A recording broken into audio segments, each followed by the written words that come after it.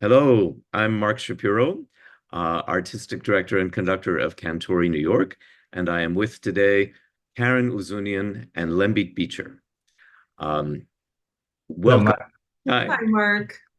Karen is a cellist and composer. Lembit is a composer, and they have together written Deer Mountains, a piece for Cantori, New York that Cantori will premiere on November 22nd and November 23rd, both at 8 p.m. at Church of the Holy Apostles, 296 Ninth Avenue at 28th Street. It's an absolutely stunning piece, about 35 minutes, I think we said. And we have so much to talk about our history together and many, many other things. But let's get right to the conversation about the piece itself. So I want to hand this over to you to tell us, what can you tell us about the piece? What is it? Want to start? Go for it. Yeah. It's a piece that really arose out of a combination of Karen's family history and conversations, primarily with her grandmother, sort of years of conversations and storytelling that Karen has heard, that I've heard over the last 10 years, and that over the last few years we've been recording. Um, And and sorry, we can say that you're married to each other, right? oh So, yes, that yeah. might be help fill in the gaps. Yes. So, yeah. Um, so one aspect are these stories and a couple stories in particular, and then the other aspect is thinking about the Armenian diaspora, um, the result of the Armenian genocide and this 100-year sort of year time in exile for Armenians. And there's so many different stories to tell about the diaspora and ways of thinking about it. But we were particularly interested in Armenian music and culture and the way it was preserved, the specifics of the way it was preserved. So a lot of what we were interested in was finding these various archival sources, recordings, descriptions of music, and writing a series of scenes that sort of each drew on a different moment in time of this sort of spreading diaspora, and then sort of weaving Karen's family stories in with those scenes. One of As the, Go oh, ahead, Karen. go Karen, ahead. sorry. Oh no, just to get into some of the detail, these are little snapshots of music making and musicians, each sort of holding a whole world of, I think, emotion and history, and they hold so much really in them. So for example, there is a scene of Armenians who've recently arrived in New York and are gathering in Van Cortlandt Park, which is so close to where Lembit and I live, and we sometimes go, running through the beautiful trails there. But we found this essay describing a scene of Armenians gathering in the park and listening to this recording um, of a musician who was essentially creating a new version of an older song, but now with lyrics that were really reflecting the genocide that was unfolding, sort of a hidden meaning behind these words. Kemani Minas was the musician, and just making a very exacting sort of transcription of that, but also setting a scene with the choir, to be writing for Cantori and the choir, who are the clouds, who are the emotional world of these people who are gathering and reconstituting a community here, so far from Anatolia, so far from Eastern Turkey and Central Turkey, where they were from. And I don't know, just reforming and then dancing with their grief and listening in their grief. Yeah. Yeah, so I think one thing with each of these scenes that we're hoping is that it'll have an immediate emotional impact. But if people want to, um, they can dig through layer upon layer upon layer. And we've tried to, a lot of our titles for the movements are quite long because we're trying to give people a context. So this movement is called Listening to Egan Havasi in Van Cortlandt Park, New York, 1920s. Which gives you a lot of context for things. But if people want to dig into it, they can see or understand some of these layers that Karen's talking about. This Anatolian song written in the 1850s about a longing for a home, or about longing for home. That was then reconstituted during the Hamidian massacres to talk about the destruction of this town, Agen, and then was sung in 1917 and recorded by Kemal Minas during the genocide. And he sings in Turkish, and the only Armenian word is "mayri" for mother. He's in New York, probably knowing that his wife had been killed, his family had been killed in Turkey. And then in the 1920s, people listening to it, these Armenians gathering in Ben Cortlandt Park, this community surrounded by, Serbs and Bulgarians and Greeks and all these other sort of exiles and immigrants listening to this music. And then us running in Ben Cortlandt Park and Cantori performing it, 100 years later. So each piece has this sort of feeling of layers to it. And the one other thing that Karen mentioned about the dancing, I think is really important to the piece also, that in this essay we were reading, it talked about how the Armenians in Ben Cortlandt Park would listen to this sad music and cry and feel this deep emotion. And then there would be this shift where someone would put on some dance music and people would sort of get up and sort of shake out, dance for the living and dance for the dead. And throughout the piece, we try to sort of alternate these Anatolian dances that Karen has written with sort of music for the choir, because I think that says so much about human experience. This alternation of grief and dance. And it's not quite joy, but it's movement and going on and physicality and the way we keep moving through life. I think we think of it as a kind of affirmation of the life force. Mm-hmm. So, so many histories have this kind of darkness in the background, and yet life perseveres. Yes. So, it's so moving. There are a couple of things I wanted to ask you to talk about. The dramaturgy of the piece is so fascinating. You've been touching on it, this layering that you talked about. It's really, I think, very unusual and very distinctive. And it's so interesting to me, you handed it to us and there it is. And I wondered if that was a complex process for you to figure out how to tell the story. Or if it came full born into your imaginations, like, we'll do this. No, it did not. Yeah, do you want to speak a little to that? I mean, it was a really, it was quite a process, that involved, um, you know, obviously, like the first movement of the piece is called Drinking Coffee with Sirvart Margarosyan Hamboyan, my grandmother in Toronto, 2024. So that gives you a sense of where things what a starting point can be for so many of us, is really, talking to our grandparents and, over coffee, and that sort of natural kind of all of that knowledge and life that we can receive.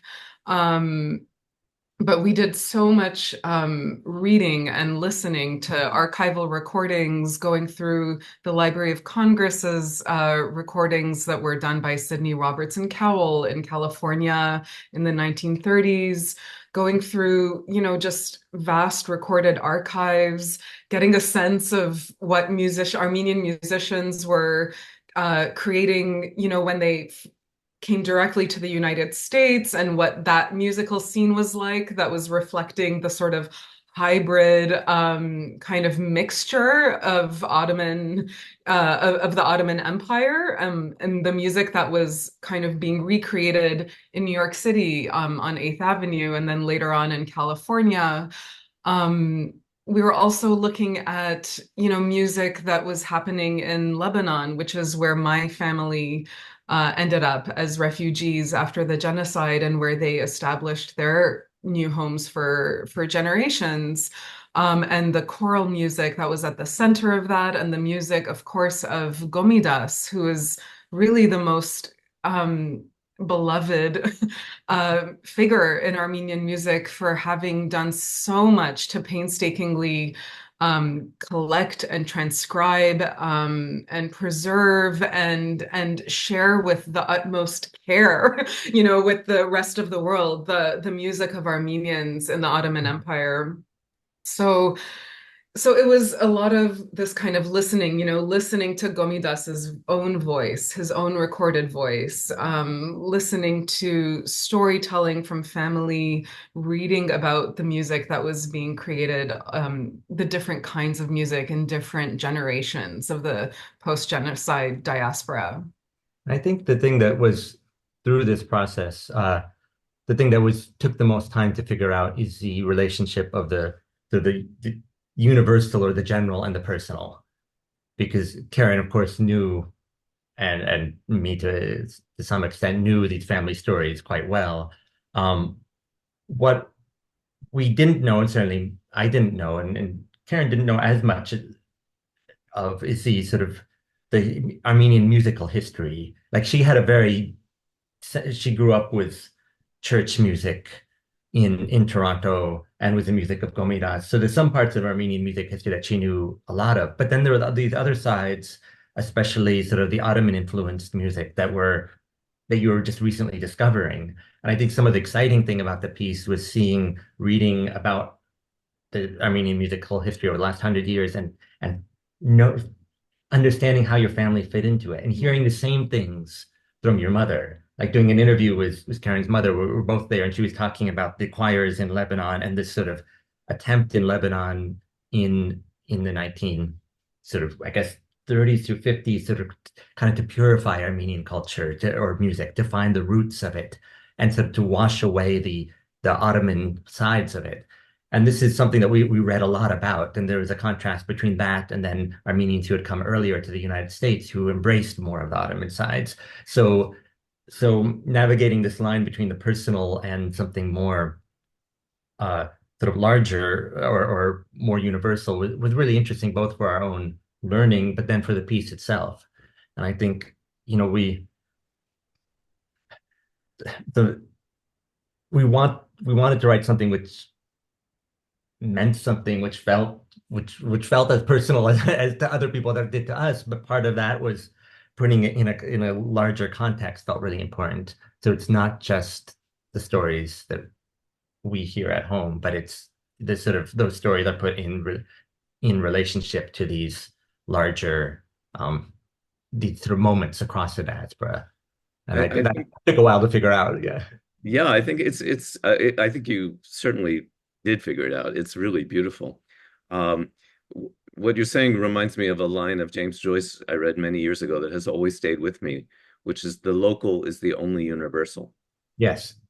Yes. And I think that you've really landed that you found the sort of local story and told it in a way that feels very universal and that all of us can really, it's very emotional.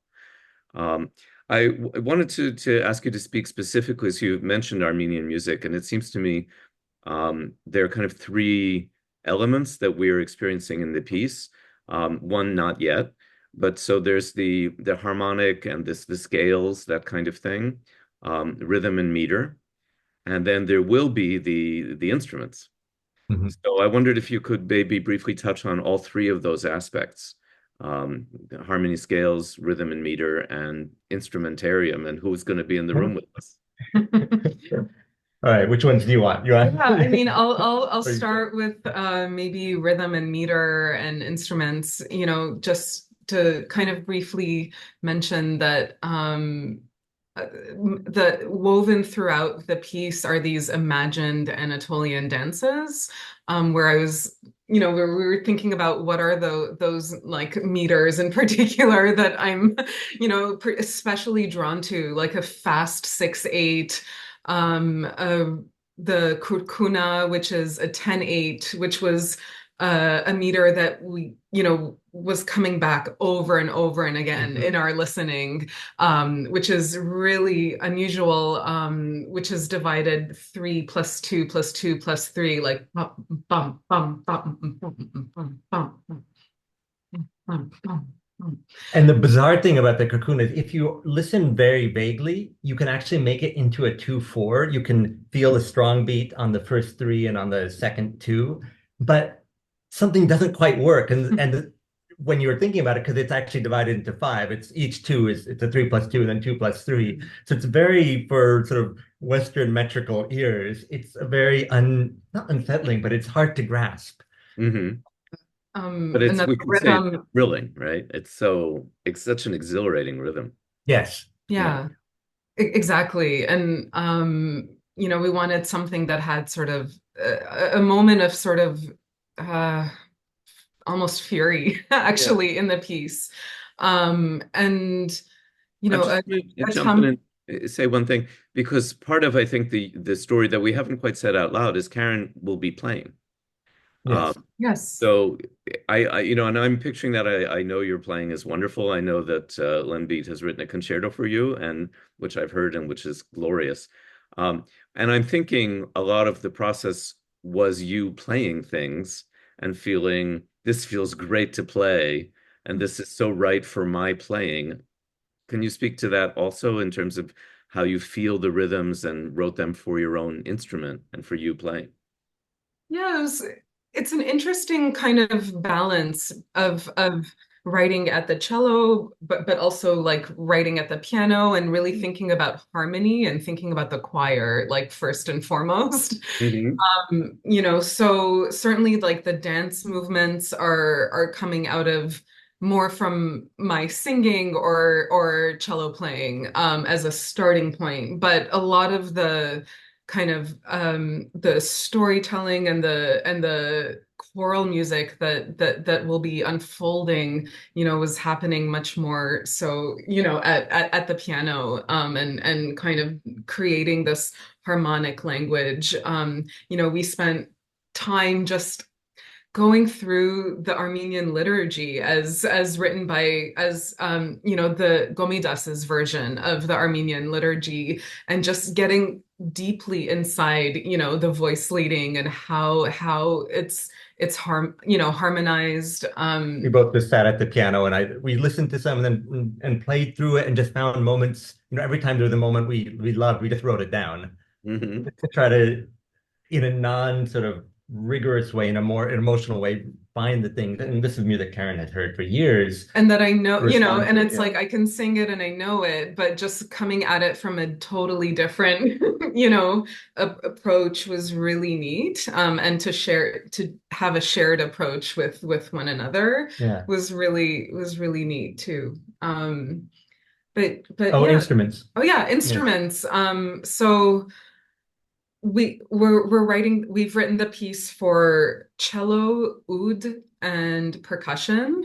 And the interesting thing about the oud, for example, it might not be the first instrument people think about when it comes to Armenian instruments, but Could it you was very describe the much oud a little bit? played by Armenians throughout the Ottoman Empire, and of course later on. And the oud player whom we have, just the great honor of joining us is Ada Dinkjian, who has like the largest collection of Armenian archival music, and his ancestors are from Diyarbakir, or in Armenian Dikranagerd, which is the region where this, like the kurkuna, is incredibly popular and familiar. And he's written about this rhythm, and he's like so deeply, he has such expertise, in this world of Anatolian music. So Every time we would find a source or a recording, we'd always never really in the notes find like many thanks to Aradinkjan for use of his archive or for yeah. his advising, and And he's participating in the performance. he is playing, yes, Yeah, yeah. he's And can playing. you just situate for us the family of instruments that to which oud belongs and some way of thinking about it for people who might not know? I mean, it's a what you call it, the Western viewpoint is the proto guitar Or lute. or lute, Yeah, yeah. yeah, So that community of instruments, yeah. Yeah, yeah. and it's the most beautiful. It's the most beautiful instrument, from my perspective, in that family. Yeah. It can do all the gorgeous microtones, but just the sound of I don't know what it has this like vibrant sound to it. A little less like direct than the guitar. Yeah. Yeah.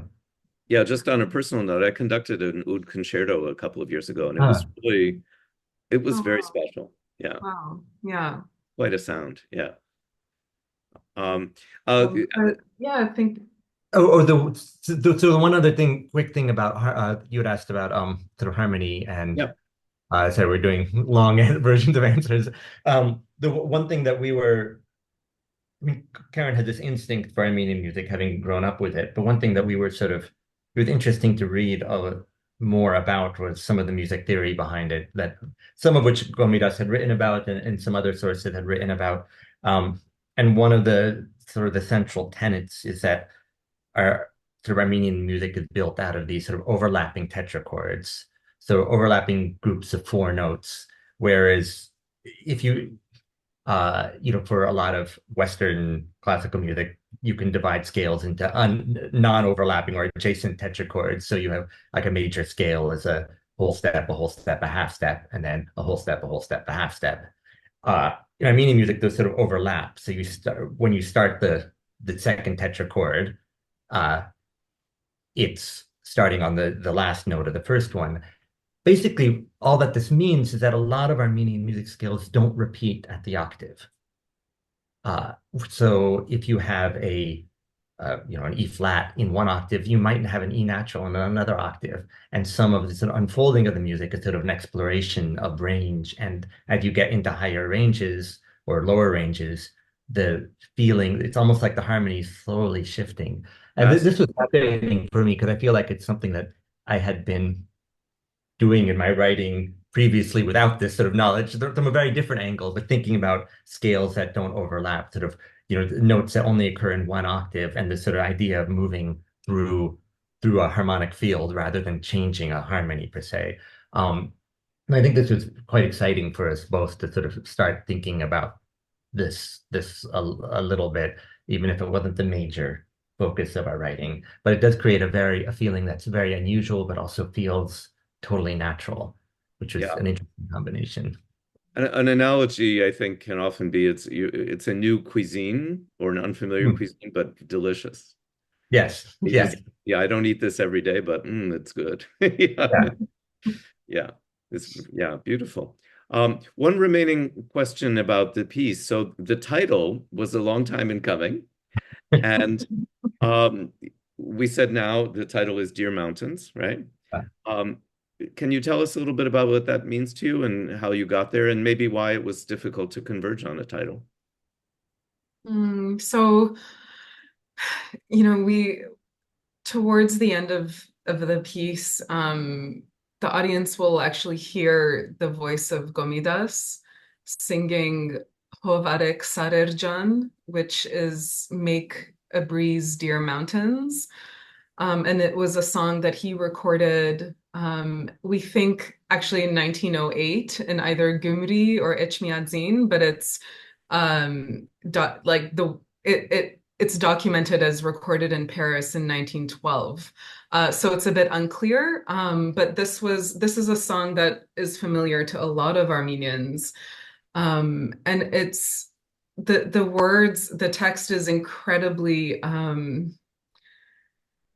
it's incredibly moving, and quite painful, but it's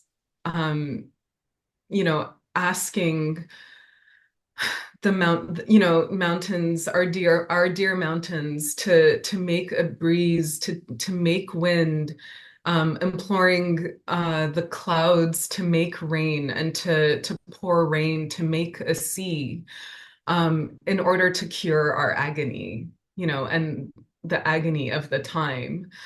Um, it ultimately felt like Dear Mountains, like this was the heart of the piece.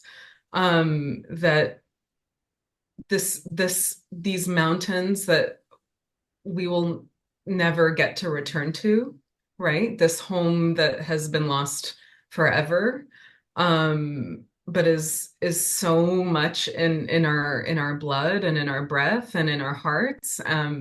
This pain that is ongoing, from generation to generation, this connection, this tie, this love, the feeling, the soul.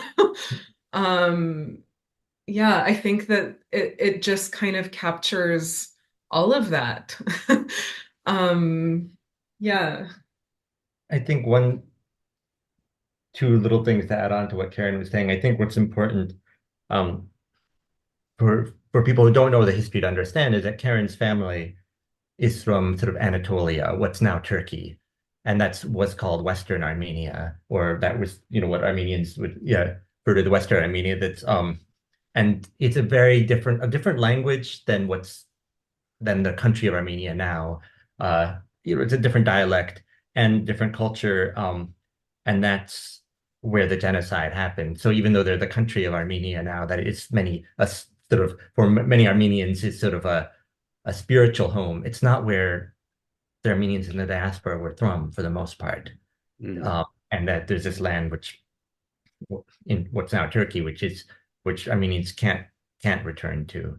I think that connection to the land, as Karen was saying, is sort of at the soul of so much of Armenian music and this piece. And I think it was just the title it's difficult because it's a piece, sort of as we were talking about in the beginning, that goes between this very general and very specific, and trying to decide in terms of title where we would land in terms of that was a difficult thing.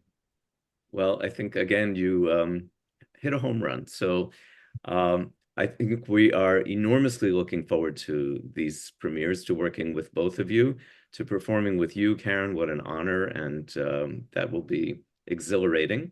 The dates are November 22nd and 23rd, both at 8 p.m., Church of the Holy Apostles, 296 Ninth Avenue at 28th Street. Thank you both so much. I will stop the recording and just hang around for a moment. Thank you. Thanks, Mike.